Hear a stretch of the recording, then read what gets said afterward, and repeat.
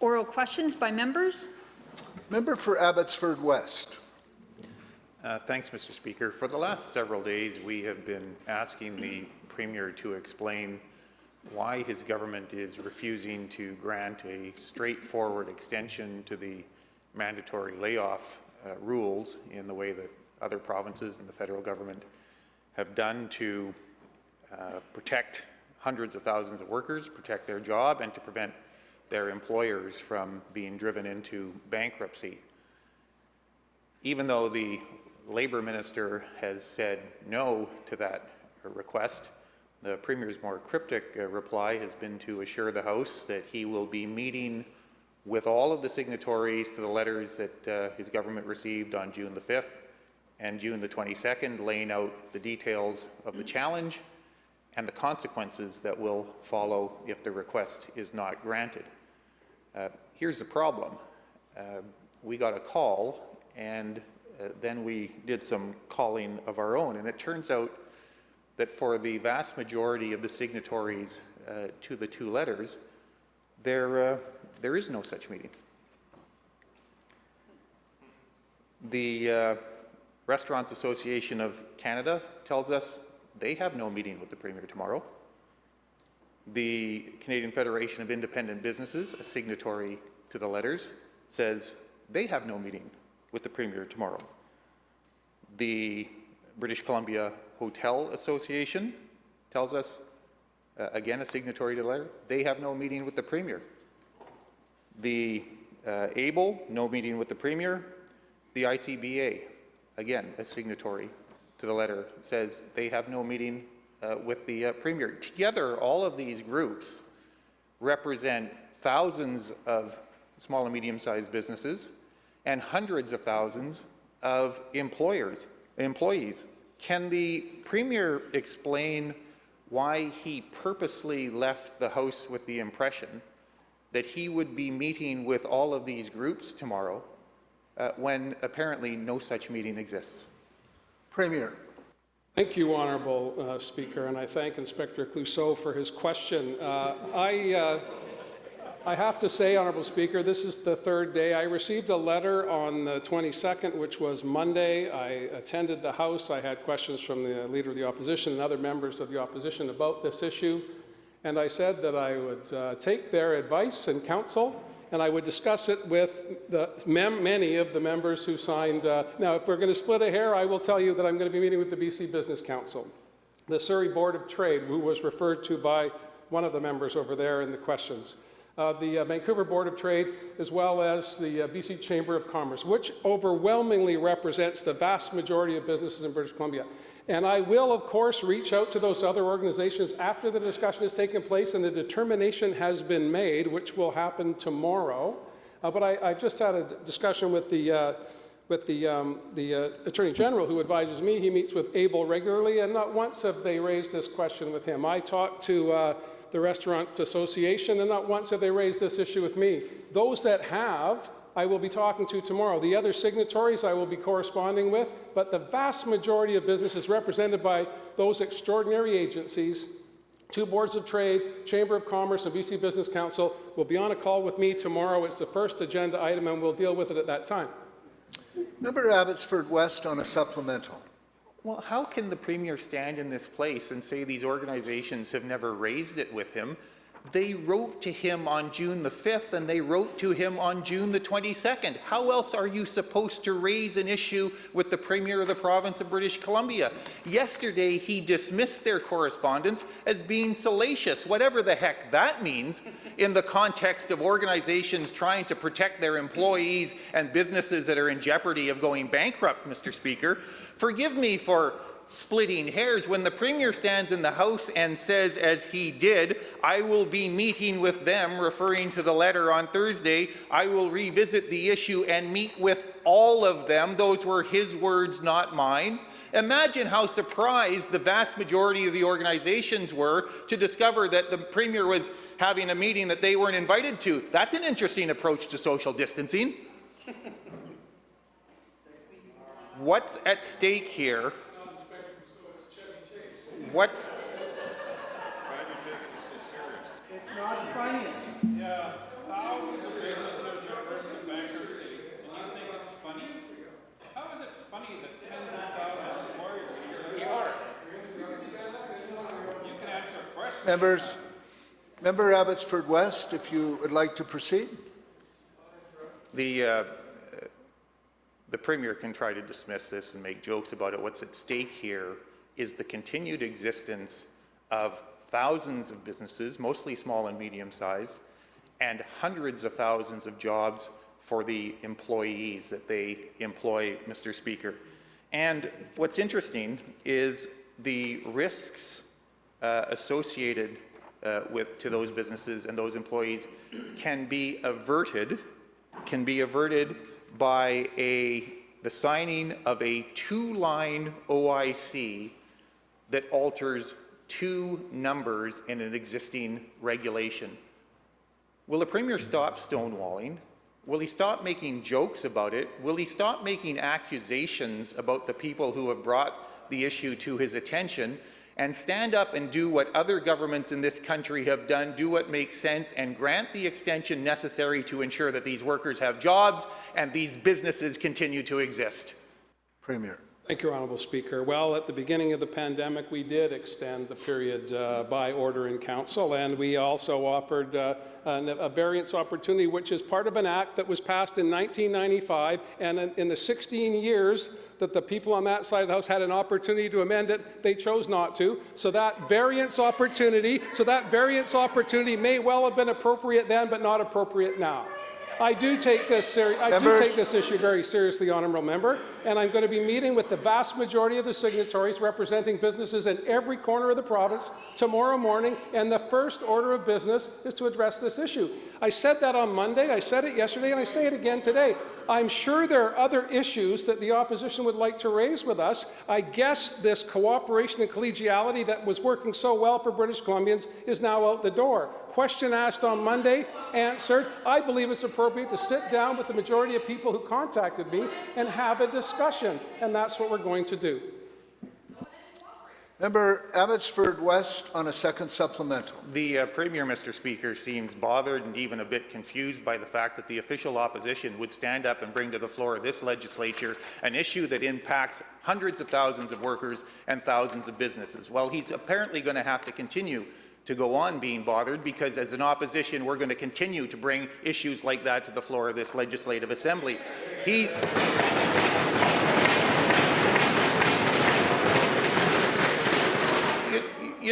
You know, there is magic in words and the accuracy of words. The Premier just repeated a statement that is clearly not in line with the facts. He says, I'm meeting with the majority of the signatories. He's not. 8 of 12 signatories are not invited to participate in the meetings that the Premier is having tomorrow. And they represent hundreds of thousands of employees, workers, and tens of thousands of businesses. So for Mr. Speaker, for the Premier to continue to repeat something that simply isn't true is, I think, reprehensible. Look, there's an easy solution.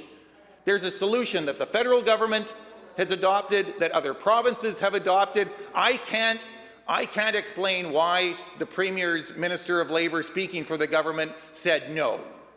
You know, earlier today, the Premier renewed the state of emergency. Circumstances have changed.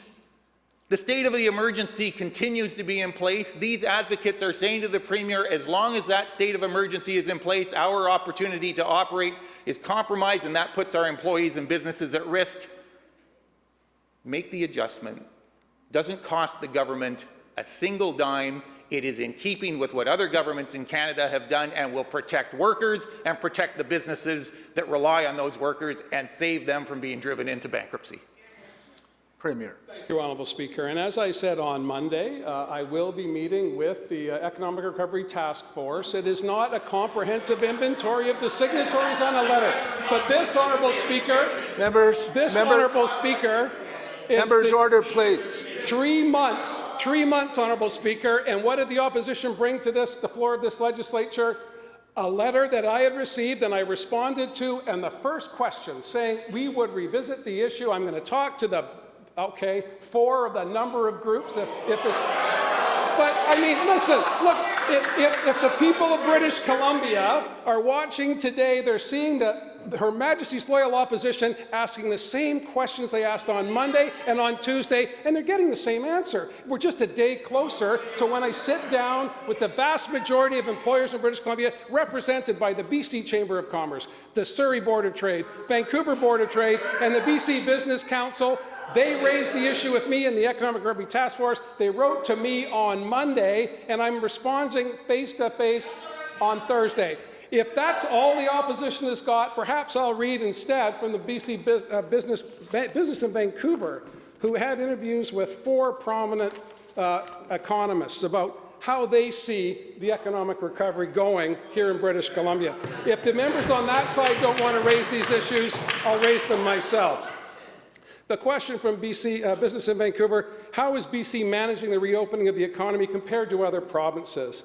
And Pierre Clairaut, from the chief economist of the BC Business Development Bank, said, "Our forecast is that the impact on BC will be much less than others in Canada. In general, the BC economy is going to come back faster than the rest of Canada." I've got pages to read, Honourable Speaker. I can't wait to do it.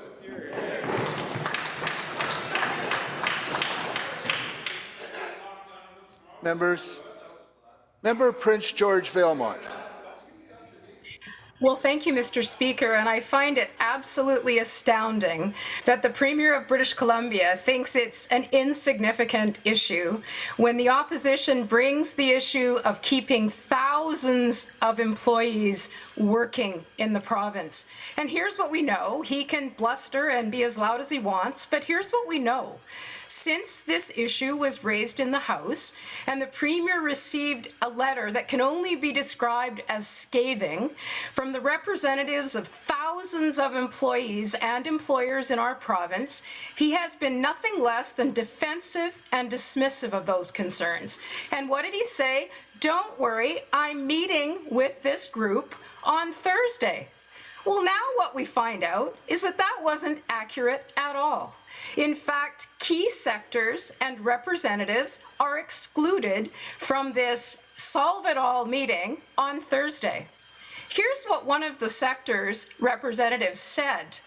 The CEO of the BC Hotel Association, Ingrid Jarrett, is one of the signatories who is excluded from the Premier's meeting. Here's what she said, and I quote, "Nobody wanted to lay anybody off. The last thing they want to do is sever their employer-employee relationship, and they have no intention of severing that relationship as long as they can. But if the law isn't changed, the majority of the hotels will go insolvent overnight," end quote. Well, for the Premier's attention, I think insolvency of hotels in British Columbia is absolutely worthy of debate and discussion in this legislature. So to be clear, the Premier could have fixed the problem on Monday, he could have fixed the problem on Tuesday, and he can fix the problem today. So will the Premier today stand up, do the right thing, and extend the leave for 6 weeks past the emergency? Premier. Thank you, Honourable Speaker. And the Hotel Association will be pleased to know that today we announced that British Columbia is moving into phase 3 of our economic restart, which includes the Hotel Association. Members.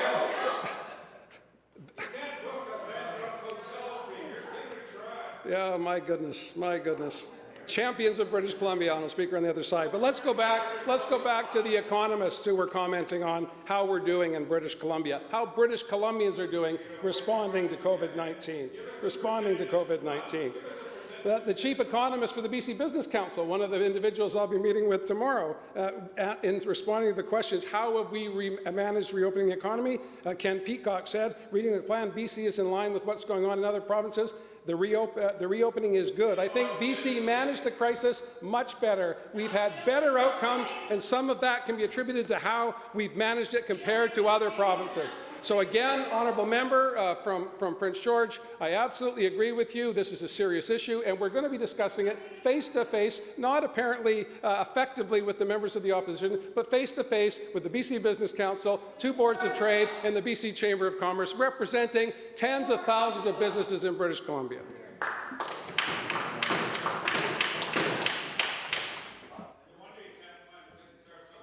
Member Prince George Valemont on a supplemental.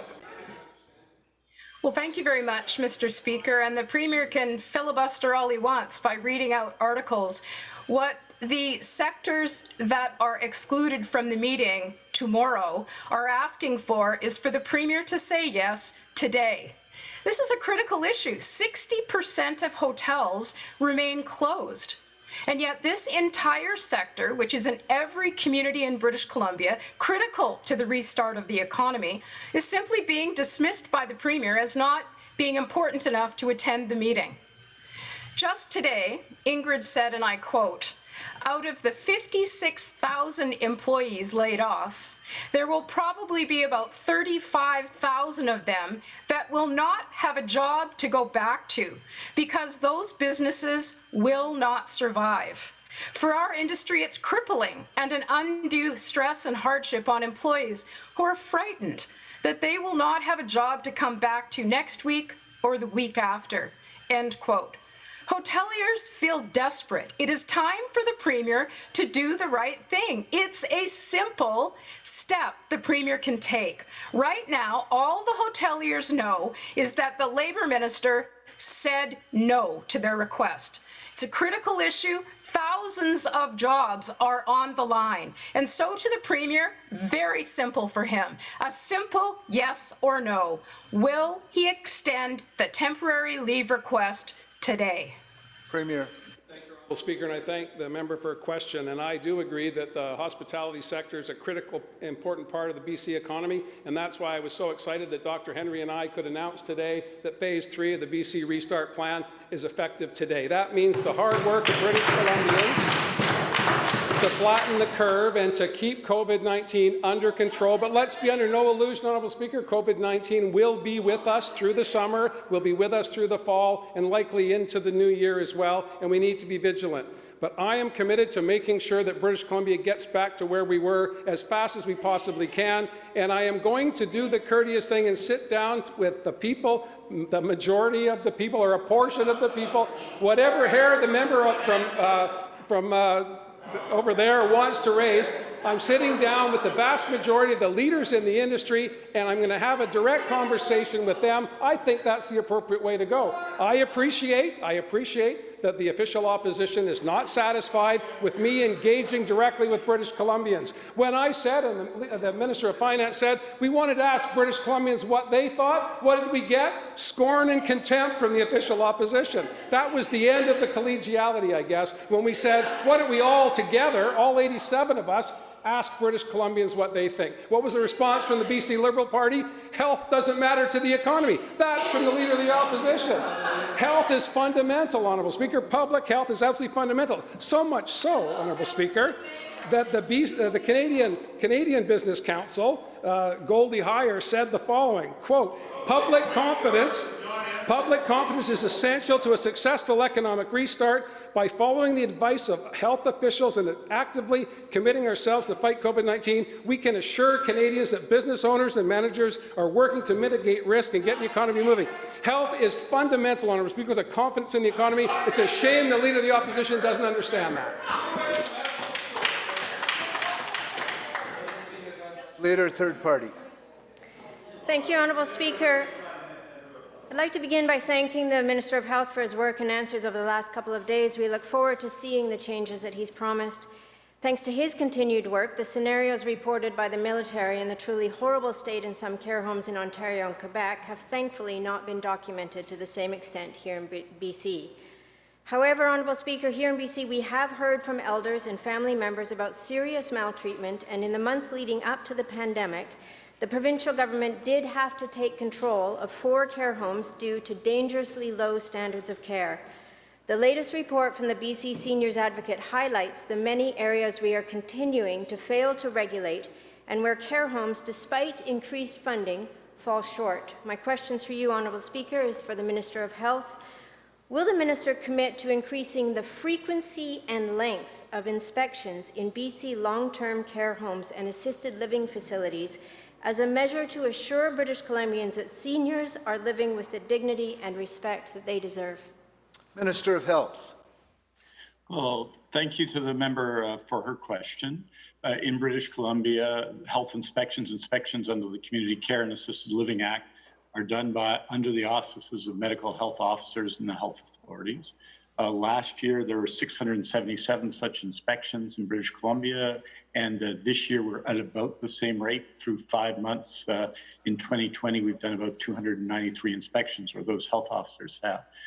The member refers to the care homes that have been taken under the administration of health authorities. Those are, I think, examples of how vigorously our teams in public health and how seriously they take these issues, that in all of those cases, standards weren't met and action was taken both by health authority boards, by me, and by licensing officers. So we're continuing to ensure and work to ensure the quality of care. I want to add to this that some of the most important ways we've done this are the 2,293,000 care hours we've added under the 3.36 initiative. 2 million of those care hours have gone to public beds in private and private not-for-profit and for-profit facilities. It's an indication of our determination to improve the quality of care, as has the effort of everyone together, of Team BC, of care operators, public and private, over the last number of months that have allowed us in BC,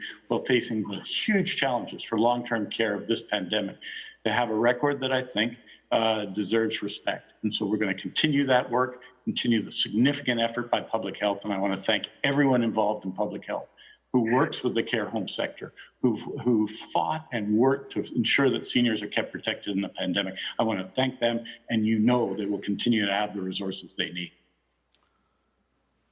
Leader Third Party on a supplemental. Thank you, Honourable Speaker. And I do want to join the Minister of Health in commending all of the hard work of people who have taken care of our most vulnerable in this pandemic. However, I do think there is a role that government does need to play in oversight, and the Minister mentions the number of care hours in BC. And in fact, he has pointed to the government's increased funding of direct care hours in the last few days to the provincial standard to 3.36 hours of care per resident per day. And while we support this initiative, and of course the issue of care hours is incredibly important, the question of sufficient oversight and monitoring remains. We currently lack a system robust enough to accurately monitor the actual hours of care delivered. So while the government may fund 3.36 hours of care per resident per day, there is no system robust enough to ensure those hours are actually being delivered. In fact, according to the BC Seniors Advocate, the current system used to try and calculate delivered care hours may actually overstate the actual number of care hours delivered. And I'd hope and expect that the Minister is as concerned as we are about the 207,000 hours of taxpayer-funded care that were not delivered in the for-profit sector in 2017-2018. My question through you, Honourable Speaker, is once again to the Minister of Health. What additional steps is the government going to take to create a more robust monitoring system for delivered direct care hours to ensure that public funds are being used for the sole purpose of providing direct care to seniors? Minister of Health. Well, thank you very much, Honourable Speaker. I want to make the distinction between the licensing inspections that take place to ensure the quality of care. Those are separate from the financial decisions that are made for good reason, so that there is no conflict of interest and that our licensing officers can focus on what they need to focus on, which is the quality of care. When we decided on the 3.36 initiative at that time, 44 of 293 eligible care homes met provincial standards, and now a majority do. And all 44 of those at the time were health authority owned and operated at that time. We've made significant improvements. And when we decided to spend on an annualized basis the $110 million required to lift the average care standard up to 3.36, we put in place monitoring measures.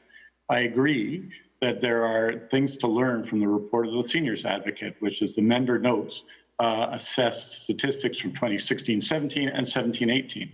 I think improvements can be made. As I suggested in my answer yesterday, more improvements would be made, but I think we can say, all of us can say, that the increase in care standards and the response of the entire health system, both those offering care in for-profit, nonprofit, and health authority owned and operated care, has been extraordinary and a collective effort, a Team BC effort that all of us can be proud of. Member Oak Bay, Gordon Head. Thank you, Honourable Speaker. Honourable Speaker, on March the 5th, I asked the Minister of Energy, Mines and Petroleum Resources a question concerning regulatory inconsistencies in the provincial government's handling of Pacific Booker's proposed Morrison mine. I'd like to explore this a little further, Honourable Speaker. In 2015, after reviewing the project for a second time, the Ministry of Environment issued a Section 17 order that the project undergo further assessment. Despite numerous exchanges with the Environmental Assessment Office and the completion of an in-depth study of Morrison Lake, Pacific Booker has been unable to clarify the precise nature of what is actually required in the Section 17 order.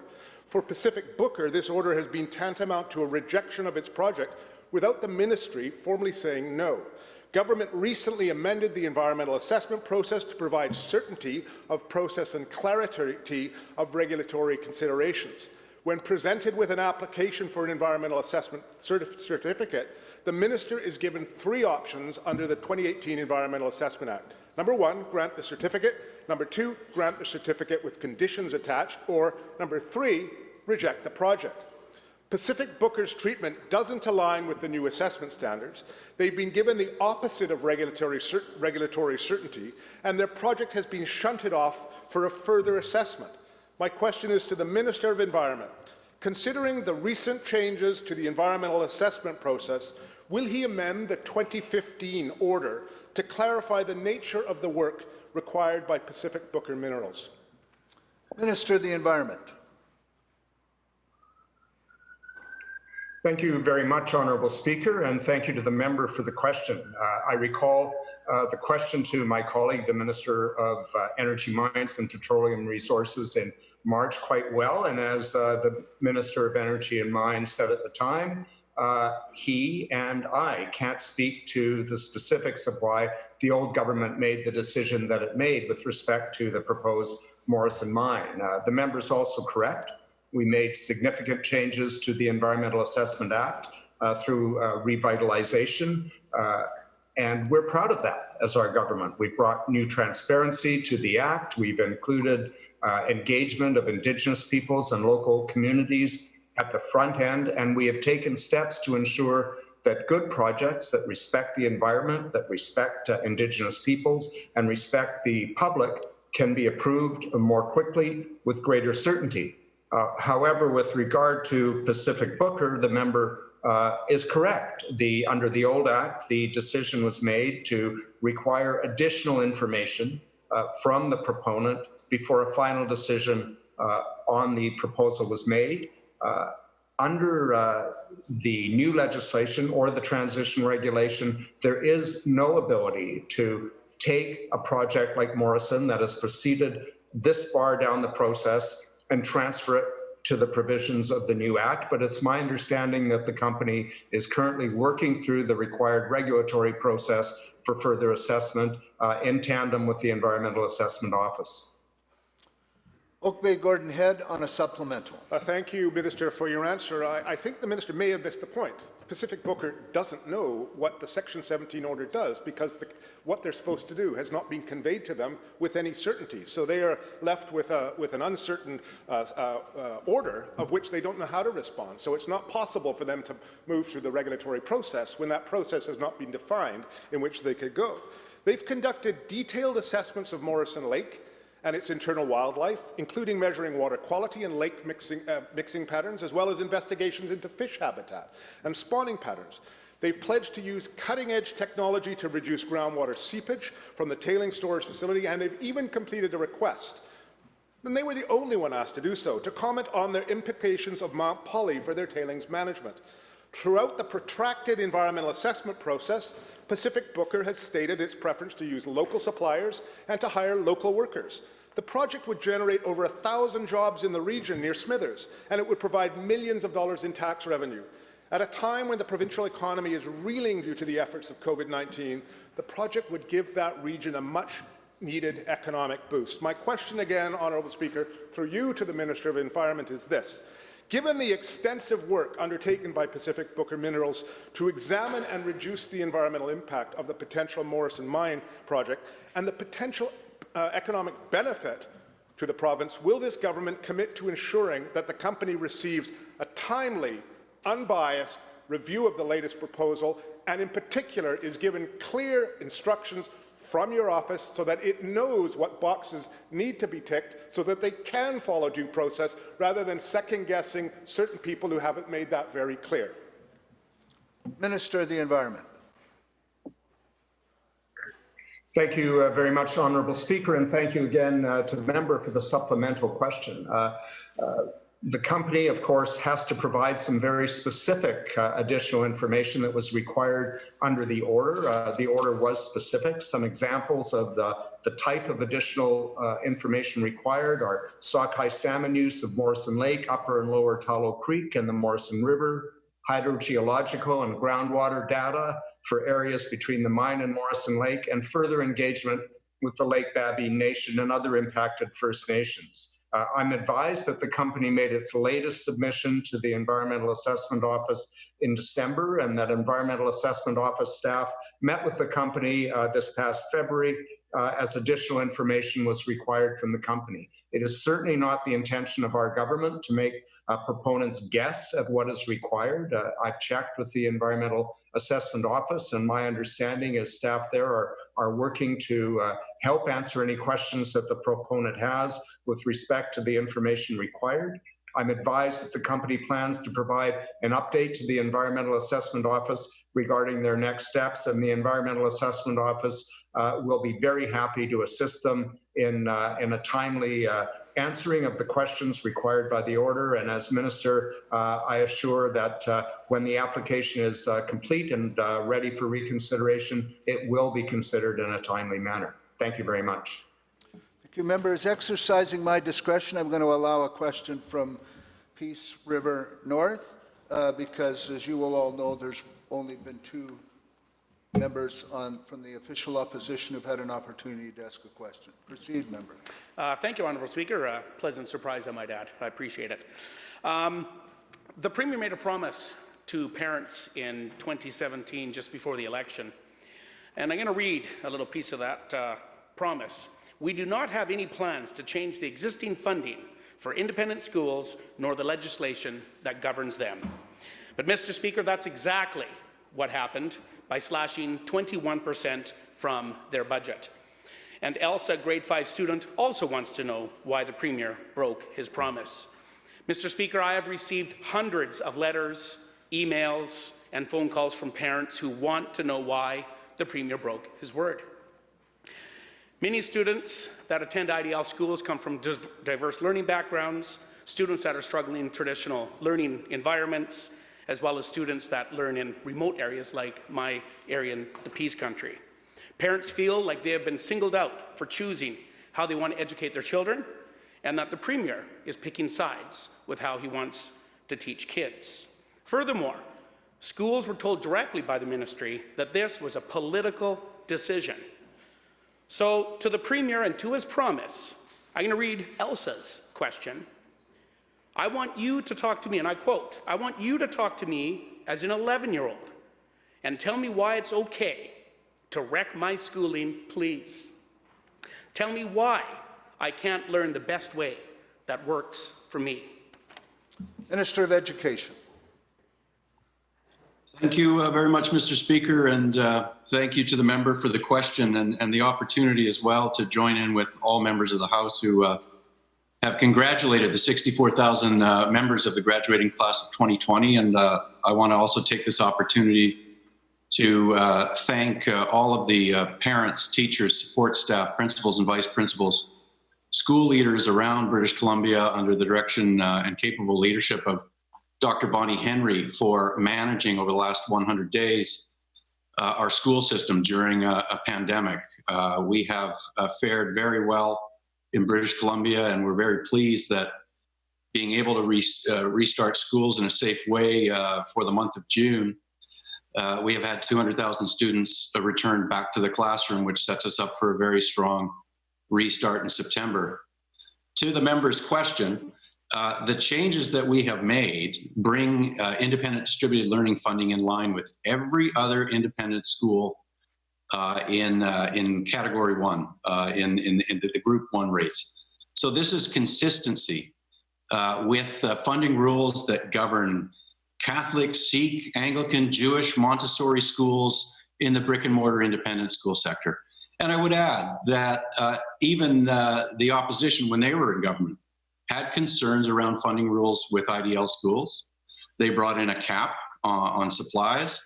They brought in a moratorium in 2012 on certifying additional IDL providers. We are proud as a government, I have to say, that we have raised special education funding for all students in both independent and public school systems by 35%. So those students, and I've received the letters that the member has, those students who have learning disabilities or unique abilities, and their parents feel that the choice to enroll in IDL schools are the best for them and their family, are benefiting by an increase of $15 million in new funding. So the member can call this a cut if he likes, but the facts are that IDL schools will receive a 4% funding increase next year. This is an adjustment that brings it into consistency and in line with every other independent Group 1 school in the province of British Columbia. Peace River North on a supplemental.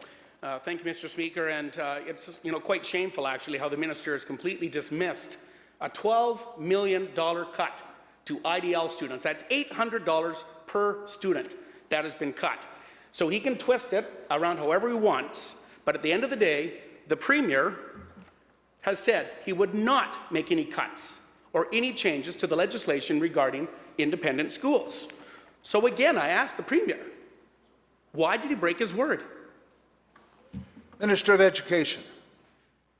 Well, Mr. Speaker, it's unfortunate the member has all of his numbers wrong, and he's just wrong on the facts. As I have said, independent distributed learning funding will increase by 4% next year. Students with special education needs in IDL schools have benefited from a 35% increase to the rates to which we fund students who fall into those assessed categories. The independent school sector, who we've been in regular communication with, has benefited by the massive $2 billion additional operating investments into the school system writ large in British Columbia that was outlined in Budget 2020. That massive investment that's long overdue in public education also flows to the independent school sector. So look, students and families in British Columbia are benefiting from a government that has wasted no time over the last 3 years to bring labor peace to the school system, to bring record levels of investment, to increase overall student funding in British Columbia from being the second worst in Canada and increase it by $1,400. We have increased investment in British Columbia at 4 times the rate of any other provincial jurisdiction in Canada. That's a record we're proud of. That's a promise we made to British Columbians, and that's a promise we delivered on. Thank you. The bill ends question period.